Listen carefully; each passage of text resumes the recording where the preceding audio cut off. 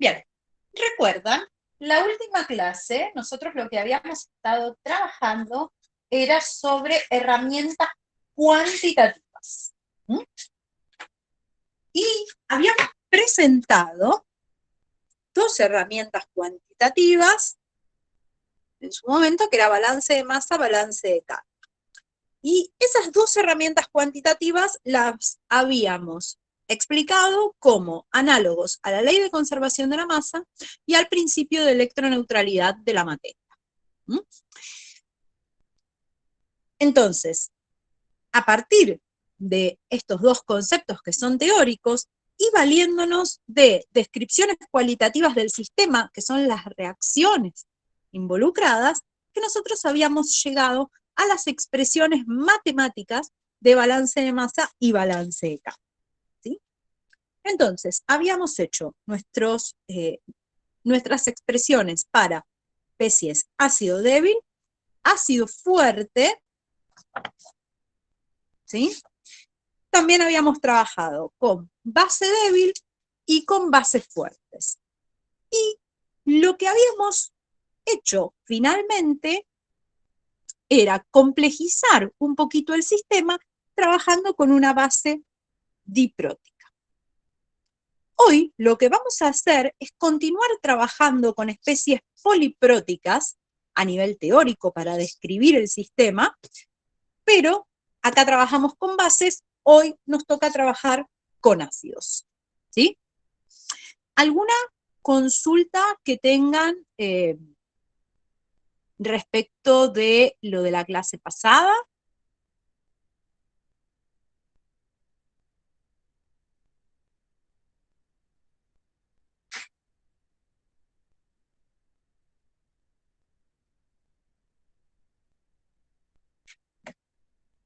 Bien. Entonces vamos a trabajar en el día de hoy con una especie de ácido poliprótico. ¿Mm?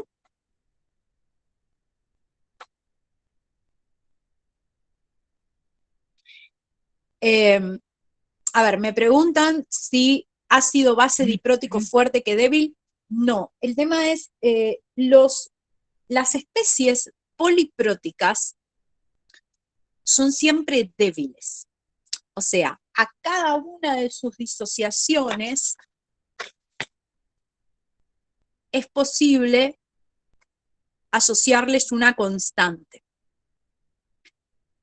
La excepción es el ácido sulfúrico, que el ácido sulfúrico tiene su primer disociación fuerte y la segunda débil. Y por eso el ácido sulfúrico tiene un tratamiento especial, ¿sí? Pero todas las otras especies polipróticas, tanto sean básicas, como vimos la semana pasada, como ácidas, son débiles en todas sus disociaciones, ¿sí? Entonces, hecha la aclaración, vamos a trabajar con un ácido débil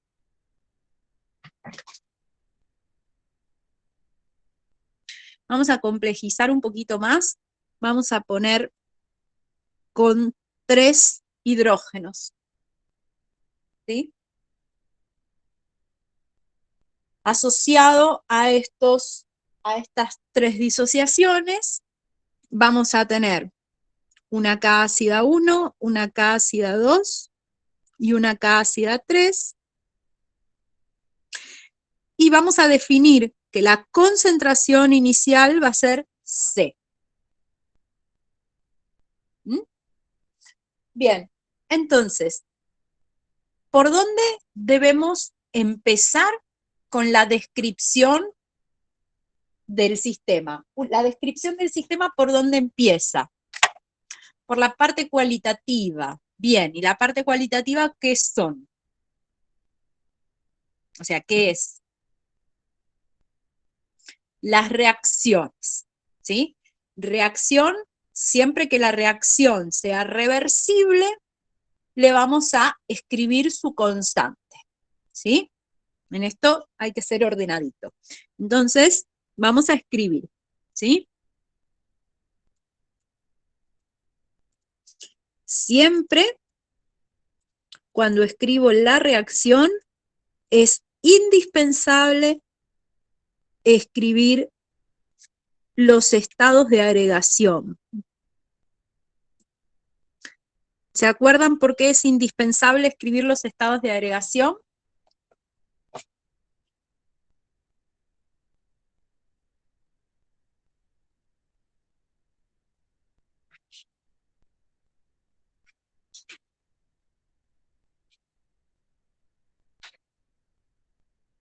Porque, ¿de qué ecuación me estás hablando?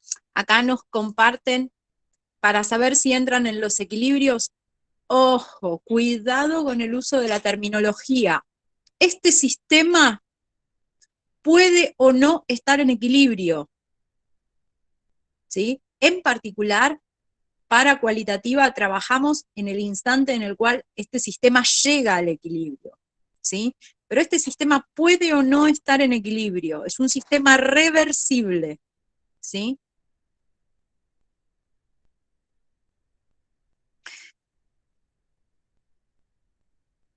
Bien, solo participan de las constantes aquellas especies que se encuentren en fase acuosa, ¿sí?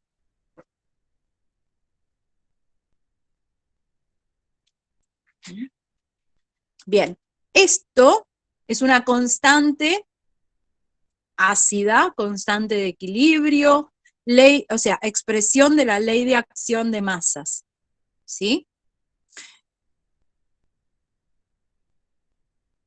¿Sí? Vamos a ir puliendo el tema del uso del lenguaje, ¿sí? Es muy importante, y mientras hablo sigo escribiendo, es muy importante que nos acostumbremos a diferenciar sistema reversible de sistema en equilibrio. ¿Mm? Porque después yo los enfrento a un sistema fuerte y hacen lío, ¿sí? Porque confunden los términos.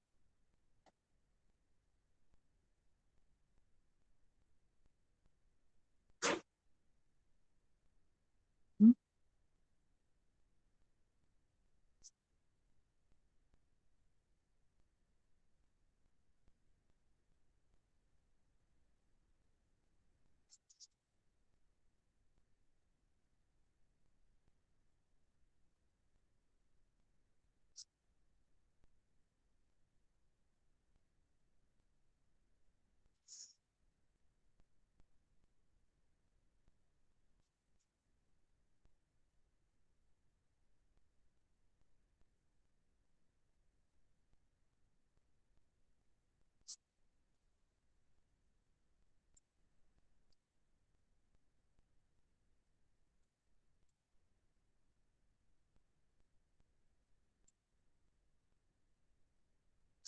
Bueno, chicos, les pido por favor que verifiquen si lo que escribí está bien, porque a veces yo hago lío con algún coeficiente, alguna carga. ¿Mm? Así que recuerden que son ustedes los que controlan que yo no haga lío.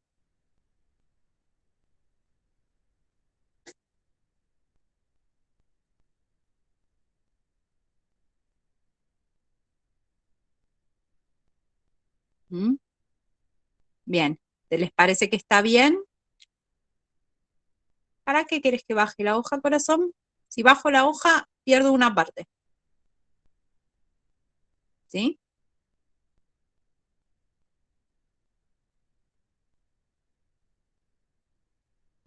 ¿Lo de arriba? ¿Esto? ¿Vale? Bueno, ahí está. Bien. Entonces, ustedes me dicen que está bien. Listo. Esto es, entonces, la descripción cualitativa del sistema. Vamos ahora a escribir balance de masa, balance de carga. ¿Sí? Entonces, a ver, recordemos juntos, el balance de masa, ¿qué es? Falta la del agua. Muy bien, sí. Esto es para el ácido. Ahora yo escribo la del agua, mientras ustedes recuerdan con sus palabras qué es el balance de masa, ¿sí? ¿De qué manera escribimos el balance de masa?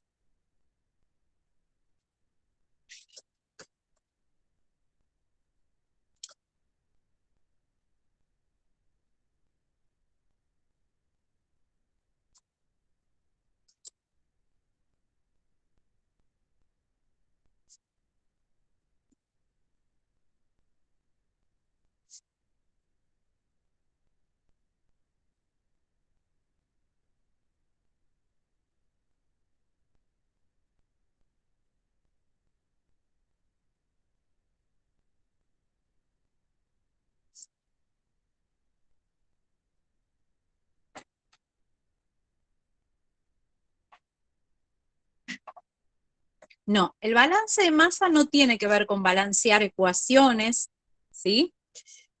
A ver, otro aporte es la suma de las concentraciones de las especies en equilibrios, refiriéndonos a la concentración inicial dada C. Bien, el balance de masa es una expresión de la ley de conservación de la masa, es una expresión matemática. Entonces, para yo escribir el balance de masa, yo lo que voy a hacer es igualar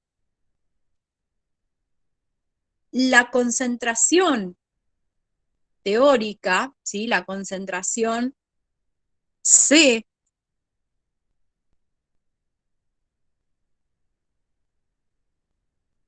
y lo voy a igualar con todas las especies que puedo distinguir una vez que la solución está preparada, ¿sí? O sea, todas las especies presentes en la solución en equilibrio. ¿Mm? Bien, es la sumatoria de todas las sustancias, ¿sí? En las que la concentración inicial C se transformó. Sí, es rara, si bien conceptualmente entiendo a dónde va la definición que nos comparten, es raro expresarlo así, ¿sí? Pero bueno, bien, entonces, en el equilibrio y refiriéndonos a el ácido débil, ¿qué especies vamos a tener? Vamos a tener, bien, a ver si están de acuerdo. Por un lado, es un ácido débil, ¿sí? Por lo tanto, no se va a disociar completamente. Entonces, esta especie la voy a tener, ¿sí? Pero cuando esto se disocia, se convierte en esta especie. ¿Está bien? ¿Hasta ahí? Bien.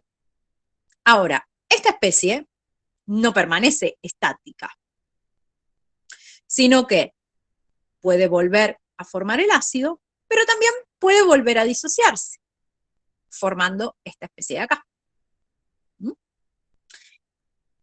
Y esta especie, este anión, tiene otro hidrógeno, por lo tanto puede volver a disociarse aquí, ¿sí? En total, yo voy a tener el ácido sin disociar y los 3 aniones posibles, ¿sí? Y van a estar conviviendo las 4 especies. Entonces, en el balance de masa, vamos a escribir el ácido sin disociar y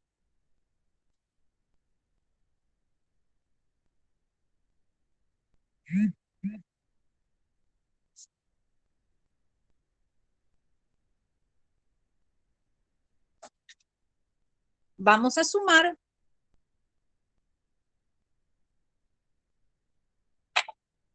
las 3 especies, ¿sí?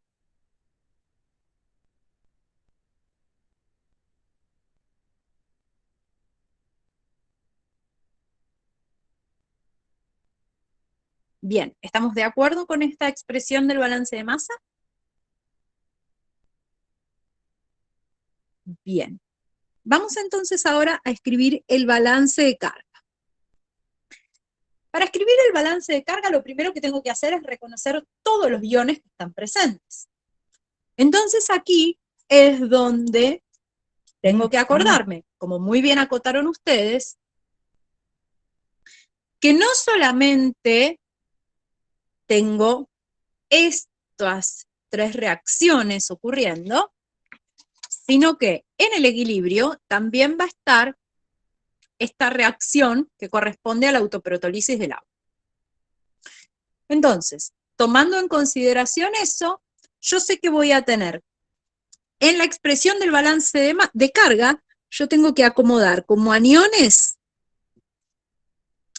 a los correspondientes a las disociaciones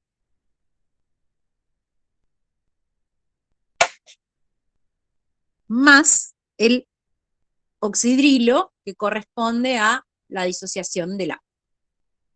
Y como cationes, tengo solamente los hidronios. Esto sale sencillamente de mirar las reacciones. ¿Sí? Entonces, ¿cómo sería la expresión? Por un lado tenemos que ubicar las cargas positivas y por el otro lado tenemos que ubicar las cargas negativas. ¿Sí? Pero recordemos que cuando estamos delante del balance de carga, tenemos que cumplir con el principio de electroneutralidad, ¿sí? O sea, la sumatoria de todas las concentraciones de especies negativas tiene que ser igual a la sumatoria de todas las especies de concentraciones positivas, ¿sí? Entonces, acá es donde tenemos que empezar a hilar un poquito más fino. Entonces, pensemos. Empecemos por la primera reacción. Para que se forme una molécula del anión monovalente, ¿cuántos hidronios se forman? Uno solo. Bien. Perfecto. Partiendo del ácido sin disociar, para llegar al anión divalente, ¿cuántos hidronios se forman? 2. Bien. Entonces empecemos por ahí.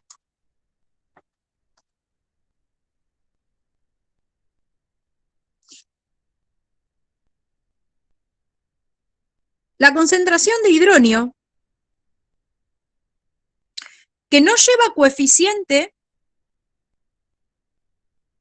porque para la formación solo se necesita una reacción. Fíjense incluso acá, agua más agua me da el hidronio. No lleva coeficiente. Esta concentración va a ser igual a la concentración de este anión, porque a partir de aquí yo solo necesito una disociación para que se forme.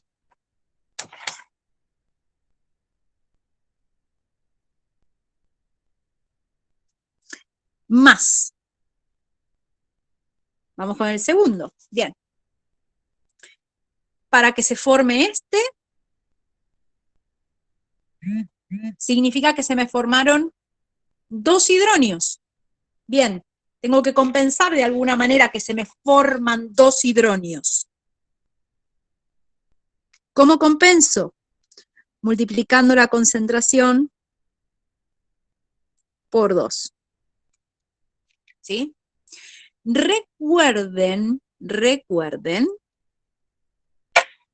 estamos sumando concentraciones. ¿Sí? Recuerden siempre eso, estamos sumando concentraciones molares.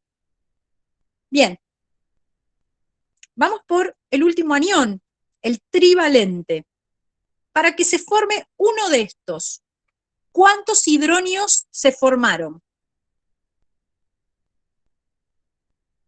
¿Sí? A partir del ácido inicial. Se formaron 3 hidronios.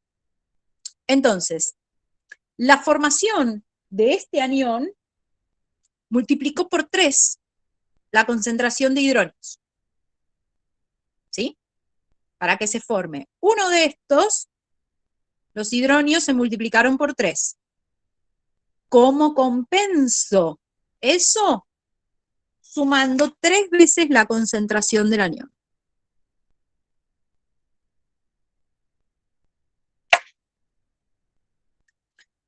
Este ya lo puse, este ya lo puse, este ya lo puse. Sumo el oxidrilo, que por cada molécula de agua se forma un oxidrilo.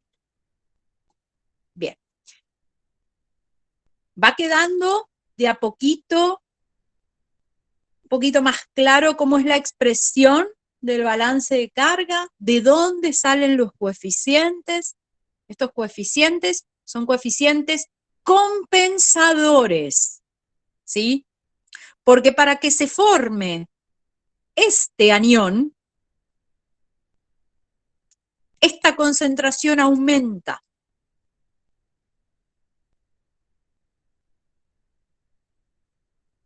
¿Sí? Son coeficientes que compensan concentraciones. ¿Sí? Por eso ponemos estos coeficientes adelante. ¿Sí? Bien, expláyate un poquito más en qué no entendés respecto de estos coeficientes, como para yo poder responder.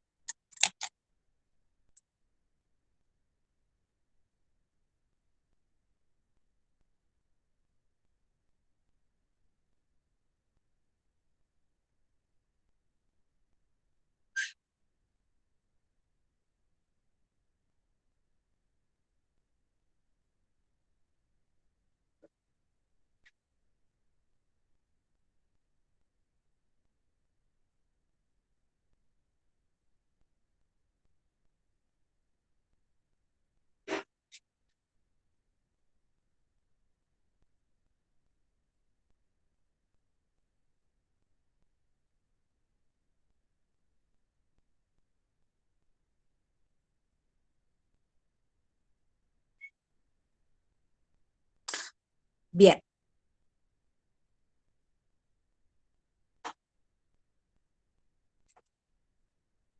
Bien, sí. Voy a ir en función desde el último comentario al primero. Sí, para saber qué coeficiente tengo que poner, tengo que ver cuántos hidronios u oxidrilos, en el caso de una base, se forman partiendo de la especie original, en relación a esta especie. ¿Sí? Bien. Me preguntan también, ¿por qué el coeficiente no se pone en el hidronio? Chicos, ¿estoy sumando moléculas o estoy sumando concentraciones?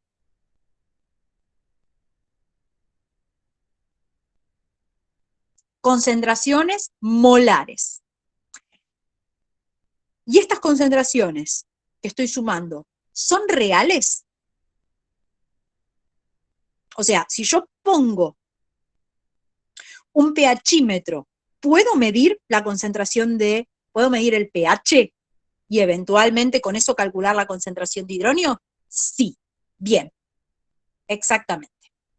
Las concentraciones que estamos sumando son concentraciones reales, son concentraciones que existen, ¿sí? Entonces, concentrémonos en el hidronio. ¿Por qué no pongo el número acá? ¿Sí? En el por qué no pongo el número acá. Para simplificarlo, miremos las primeras dos, ¿sí?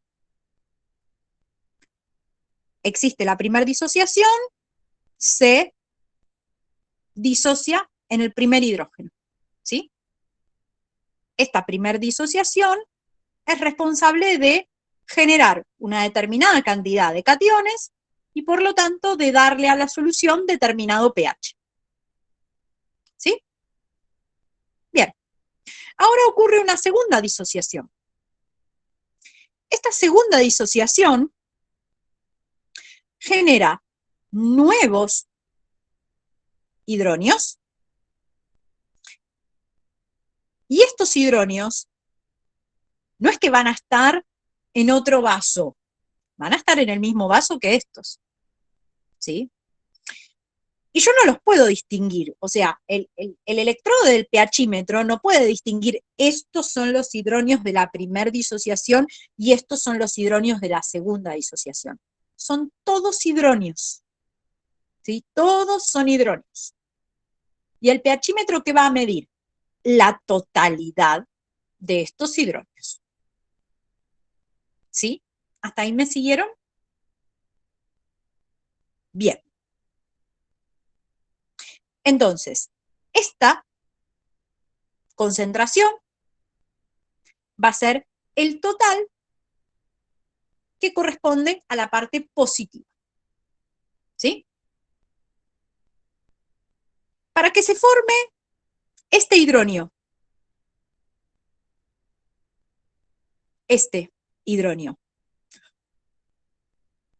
¿cuántas moléculas de agua tuvieron que reaccionar?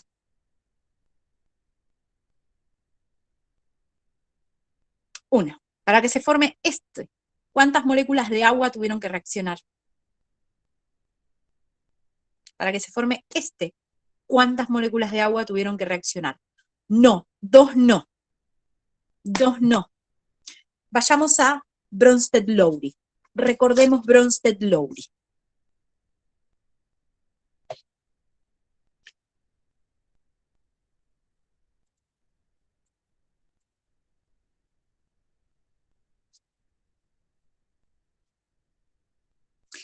Las especies que tenemos una vez alcanzado el equilibrio no salen de cualquier lado, sino que se corresponden con su par ácido-base.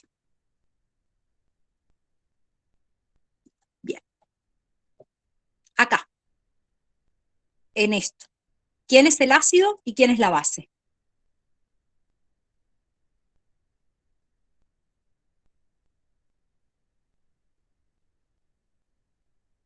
Este es el ácido y esta es la base. Bien. ¿Esto es un ácido o es una base? Es una base. Bien. ¿Pero de dónde viene? Es una base conjugada. No salió de la galera. Es una base conjugada. Es la base conjugada de este ácido. ¿Y el hidronio qué es?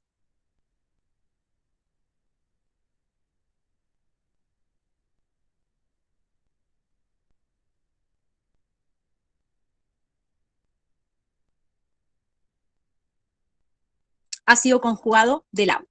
Bien. Entonces, voy a escribir la segunda disociación.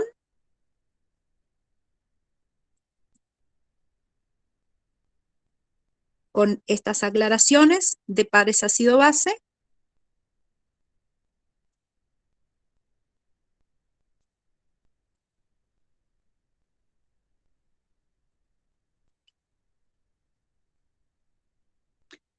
En esta reacción, ¿sí? Acuérdense que yo defino los pares ácido-base para cada reacción en forma individual.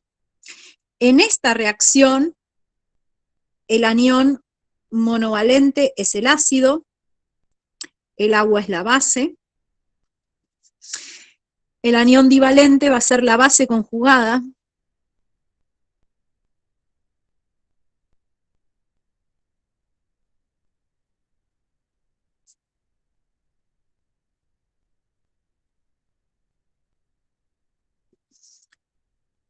en tanto que el hidronio es el ácido conjugado del agua.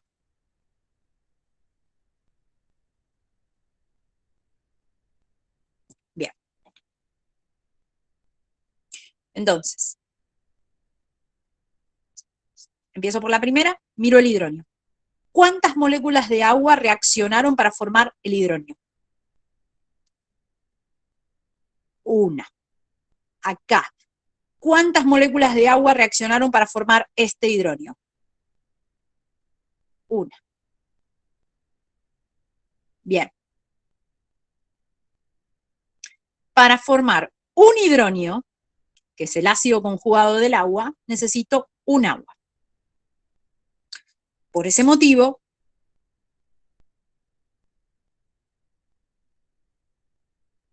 el coeficiente que acompaña al hidronio es 1. Bien, vamos acá.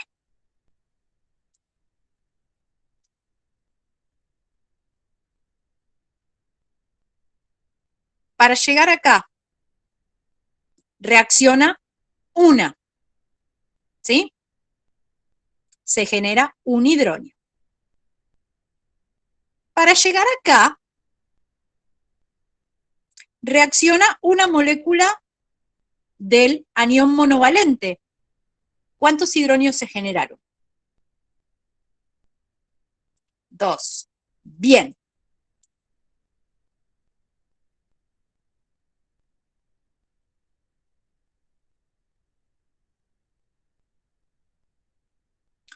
¿Cómo se generaron 2 hidronios? ¿Sí? ¿Qué tengo que hacer acá? Porque se generaron 2 hidronios.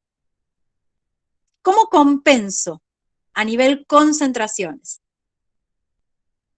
Le pongo un 2 como coeficiente a la especie base conjugada.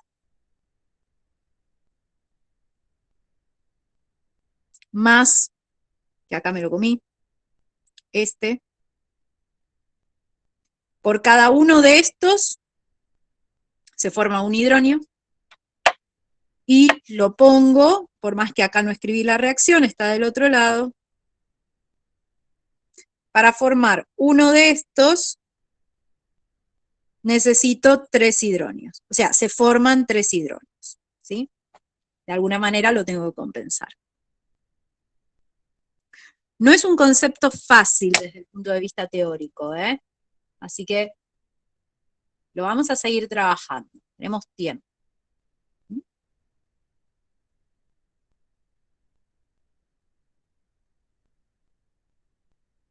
Exactamente. ¿Sí? De hecho, el hidronio se genera porque estoy en medio acuoso.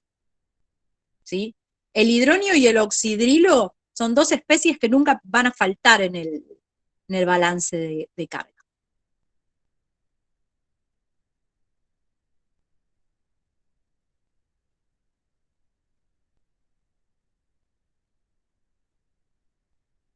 ¿Mm? Bien. ¿Quedó un poquito más claro? ¿Sí? Hasta que no se pongan a escribirlo, es complicado, ¿sí? Pero tranqui. Vamos a hacer ejercitación, vamos a hacer simulacro de evaluación, vamos a llegar preparados al 16, ¿sí? Bien. Esto, exactamente, lo importante es entender el por qué. Porque si ustedes me escriben bien el balance de carga, pero cuando llega la pregunta de justifique por qué escribe el balance de carga ahí, y son preguntas que refieren a la teoría, ¿sí? Así que tranqui, está bueno que pregunten, que se animen a preguntar, y está bueno eh, para ir avanzando en estos conceptos, ¿sí? Bien, ¿alguna otra consulta respecto de ácidos polipróticos?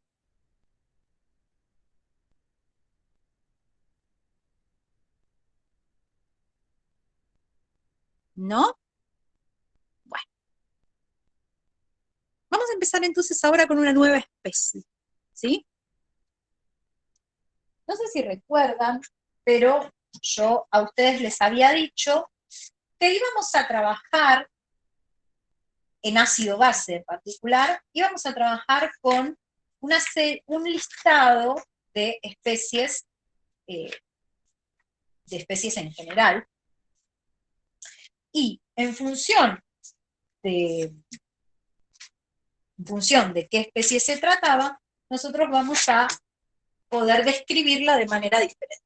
¿Sí? Traigo aquí lo que habíamos escrito hace un par de clases atrás, cuando estamos hablando de equilibrios ácido-base, lo que estamos estudiando ahora.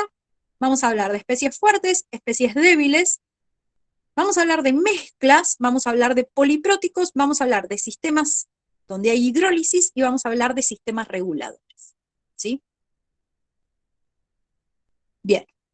Nosotros ya empezamos a trabajar con sistemas fuertes, con sistemas débiles y con sistemas polipróticos, pero siempre hablando de ácidos y bases, tal cual como los hemos categorizado en química de tercer año.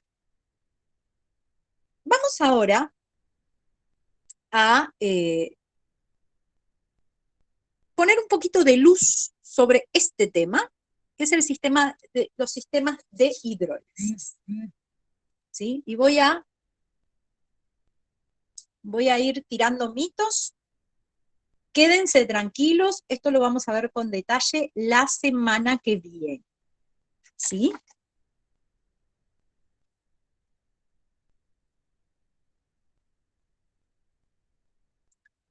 Bien. Voy a poner el título hidrólisis.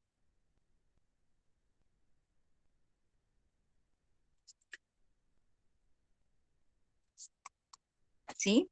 Porque, como yo les dije, tenemos que hablar correctamente en química.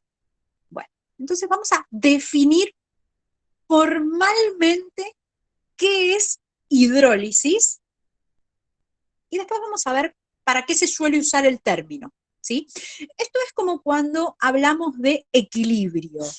¿Sí? Se suele decir que esto es un equilibrio y en realidad esto no es un equilibrio. Esto es una reacción reversible que puede estar en condición de equilibrio. Así que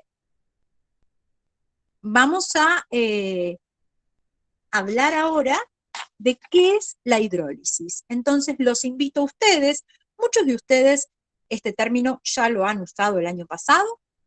¿Qué es la hidrólisis? ¿Sí? ¿A qué les suena el término hidrólisis?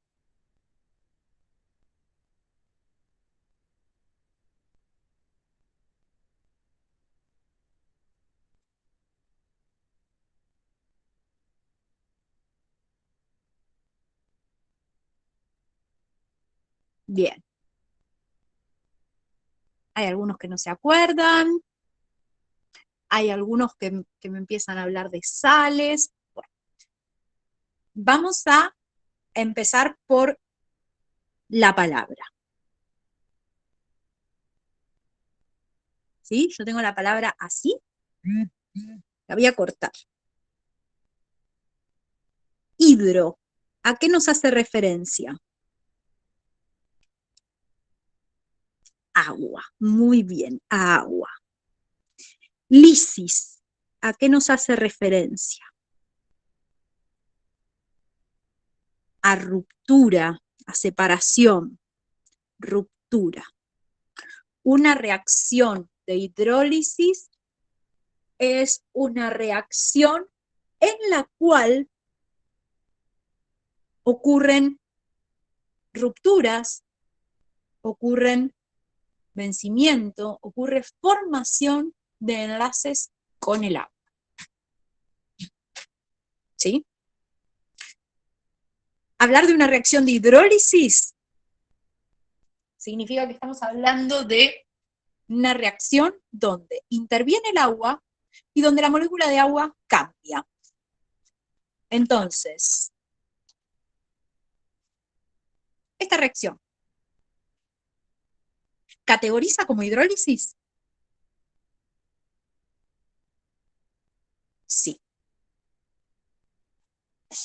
Acá. ¿Hay una reacción con agua? Sí. Acá lo mismo, acá lo mismo. Entonces, la hidrólisis es la ruptura de la molécula de agua. ¿Sí? Eso es formalmente una reacción de hidrólisis. Y una reacción de hidrólisis no tiene por qué estar atada a una clase específica de compuestos químicos. Pero, cuando uno va a la bibliografía, existen una clase de compuestos en particular a los que se le asocia procesos de hidrólisis. Y esos procesos de hidrólisis a los que hace referencia la bibliografía son muy específicos y refieren al comportamiento ácido-base de las sales.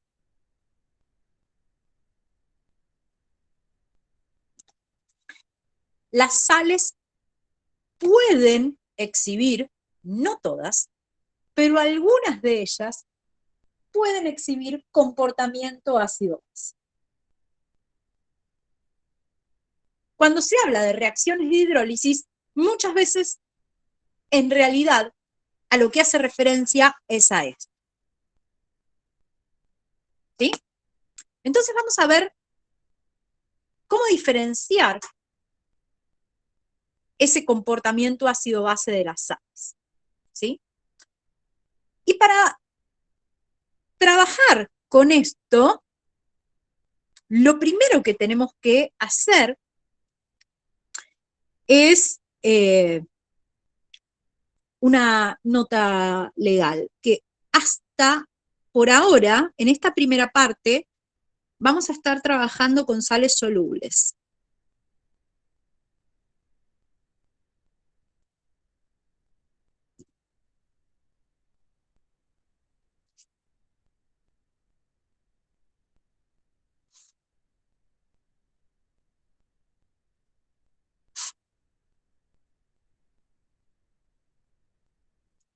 ¿Sí? Vamos a estar trabajando con sales solubles en agua. ¿Por qué hago esta aclaración de que vamos a estar trabajando con sales solubles en agua? Porque más adelante vamos a trabajar con sales insolubles en agua que pueden tener también comportamiento ácido-base. ¿Sí? Las reacciones de hidrólisis se asocian en química, ¿sí? Más allá de lo que diga la palabra y cuál sea el significado etimológico de la palabra, las reacciones de hidrólisis se asocian a sales. ¿Sí? Entonces, para poder trabajar con eso, vamos a categorizar a las sales. ¿Sí? Y estas sales, para distinguirlas, tenemos que armar categorías. Categorías basadas en ficción, como digo siempre. ¿Qué significa basadas en ficción?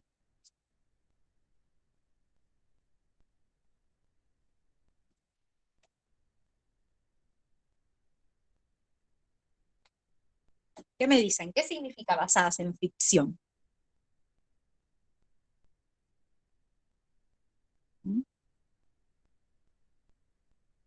Que son algo teórico, ¿sí? O sea, nosotros vamos a poder categorizar a las sales como neutras, ácidas o básicas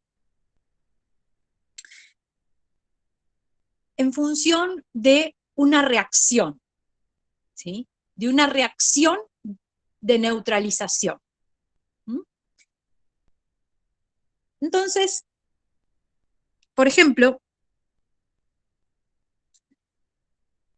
y estas categorías las vamos a detallar la semana que viene, sencillamente quiero presentar dos casos como para entender a qué me refiero. Las categorías basadas en ficción están basadas en una reacción de neutralización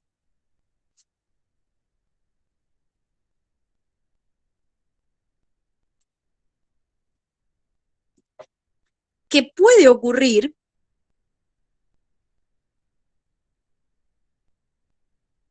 pero no tiene nada que ver con el sistema en estudio.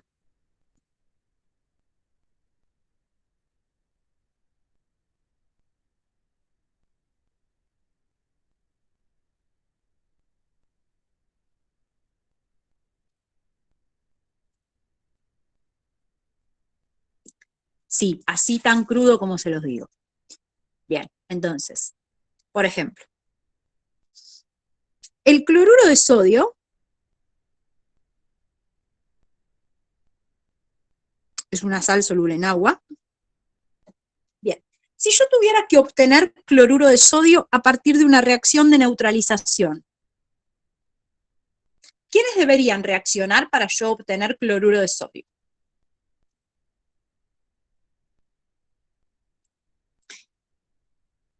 Tendría que hacerlo reaccionar con hidróxido de sodio y ácido clorhídrico. Bien, entonces ácido clorhídrico más hidróxido de sodio me va a dar cloruro de sodio más agua. ¿Sí? Esta es una reacción de neutralización. Bien. El cloruro de sodio, como tal, no queda inmóvil. El cloruro de sodio, en solución acuosa, se encuentra completamente disociado.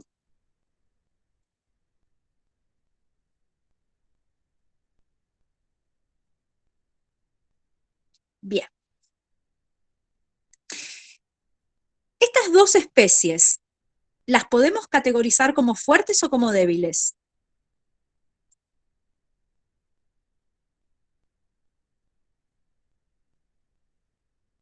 Bien, como fuertes. Entonces el ácido clorhídrico va a ser un ácido fuerte y el hidróxido de sodio va a ser una base débil.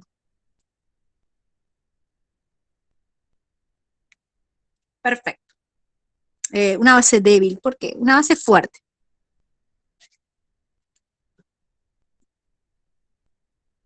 Eso. Bien. Entonces, si el ácido clorhídrico es un ácido fuerte, ¿su base conjugada cómo va a ser?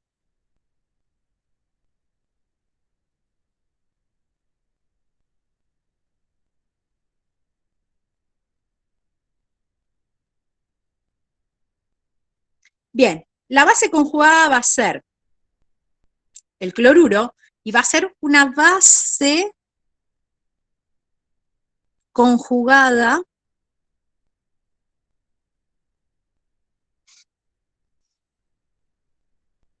del ácido clorhídrico y va a ser débil. ¿Sí? Recordemos Bronsted-Lowry. Vamos acá.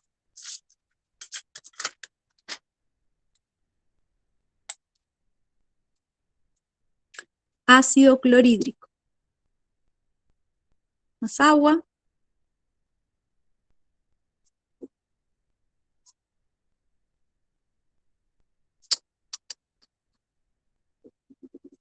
Dihidronio. Más cloruro. Este es el ácido fuerte. Esta es la base conjugada débil. Si el ácido es fuerte, la base conjugada va a ser débil.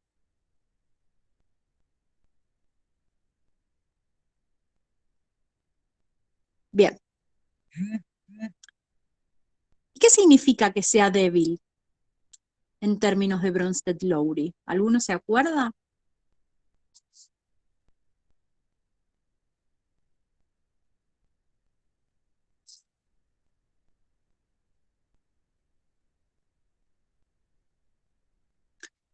En términos de Bronsted-Lowry,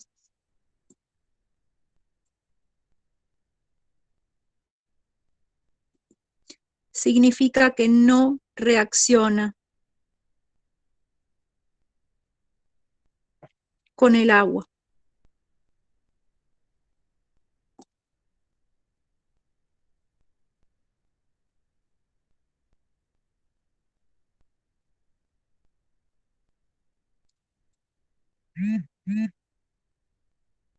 Entonces no es reversible. Acá es donde empiezan las rarezas de analítica cualitativa, ¿sí? Que usamos la palabra débil para dos cosas diferentes.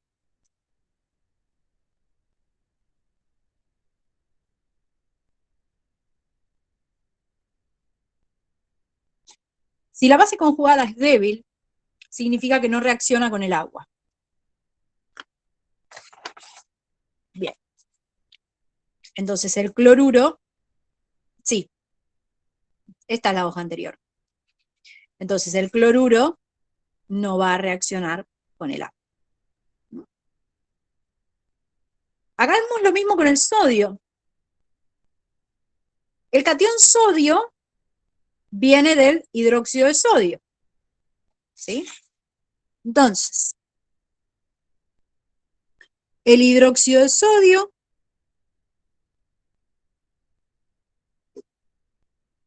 me va a dar catión sodio más anión oxidrilo. Esta es la base fuerte.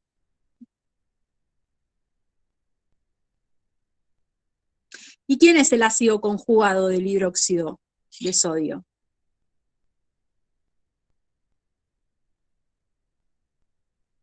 El catión, que va a ser el ácido conjugado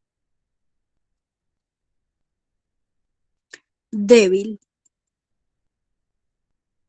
Y nuevamente, en términos de Bronsted-Lowry, esto significa que no reacciona con el agua.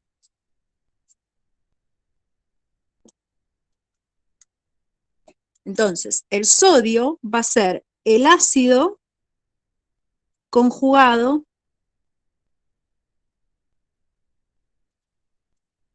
del hidróxido de sodio y es débil.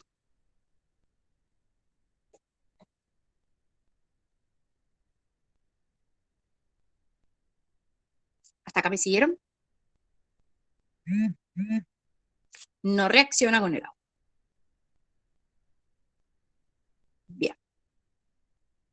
Entonces, el cloruro de sodio, voy a copiar acá lo anterior, el cloruro de sodio se disocia en catión sodio y anión cloruro,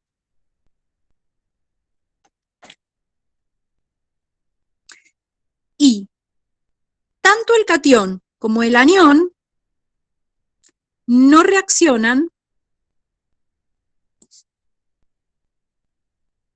con el agua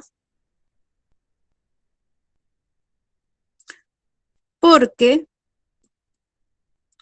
provienen de especies fuertes.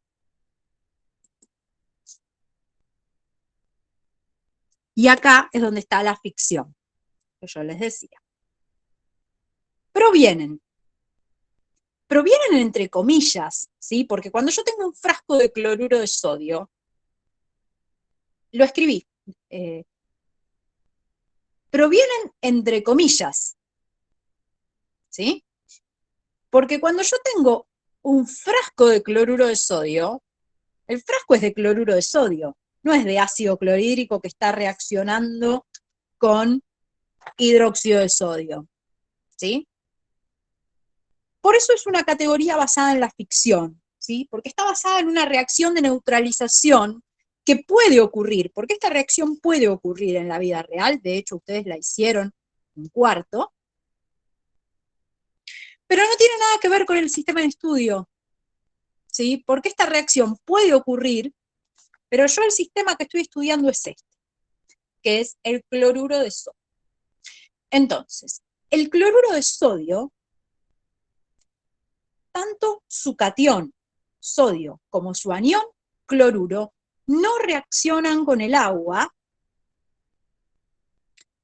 y se justifica el hecho de que no reaccionan con el agua porque provienen, comillas, de especies fuertes. Y como no reaccionan con el agua, cuando esto está en solución acuosa, ¿sí?, están conviviendo con esta reacción.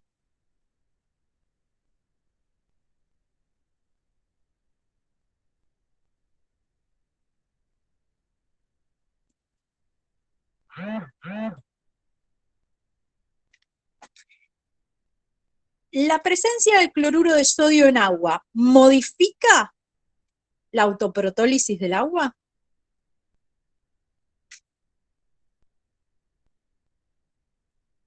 No.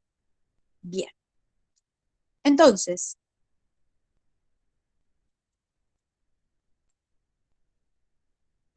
como la presencia de cloruro de sodio en agua no modifica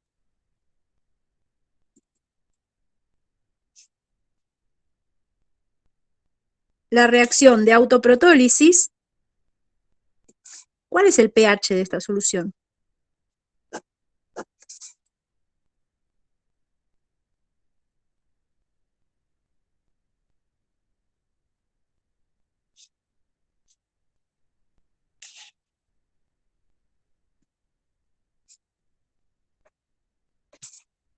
El pH de la solución es 7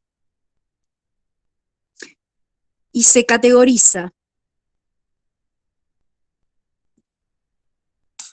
al cloruro de sodio como una sal neutra.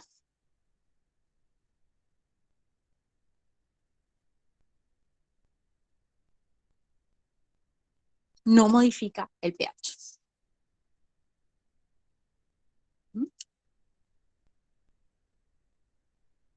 Sobre esto, que tiene que ver con el comportamiento de las sales en agua, vamos a explayarnos el miércoles que viene. ¿Sí? Así que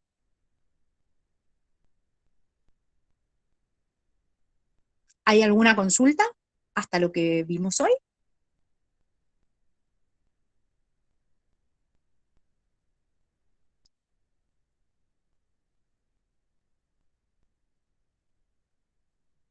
Se los voy a decir el 9, no se los voy a decir ahora.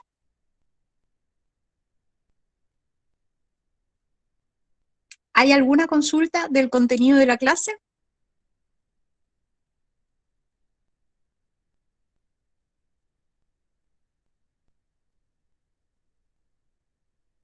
¿No? Bueno, lo vamos a seguir trabajando esto la semana que viene, ¿sí? Les pido por favor puntualidad. Hubo mucha gente que entró tarde, ¿sí? Tienen que entrar 13:30 o antes. Esto es como la escuela, ¿sí? Y les pido por favor que hablen con sus compañeros porque muchos no se están conectando y esto es muy importante, es el núcleo de la química analítica, ¿sí? Son conceptos que van a usar este año en Quali y que van a usar todo el año que viene en Quanti, ¿sí? Así que hablen con ellos, por favor. Finalizamos la clase del día de hoy.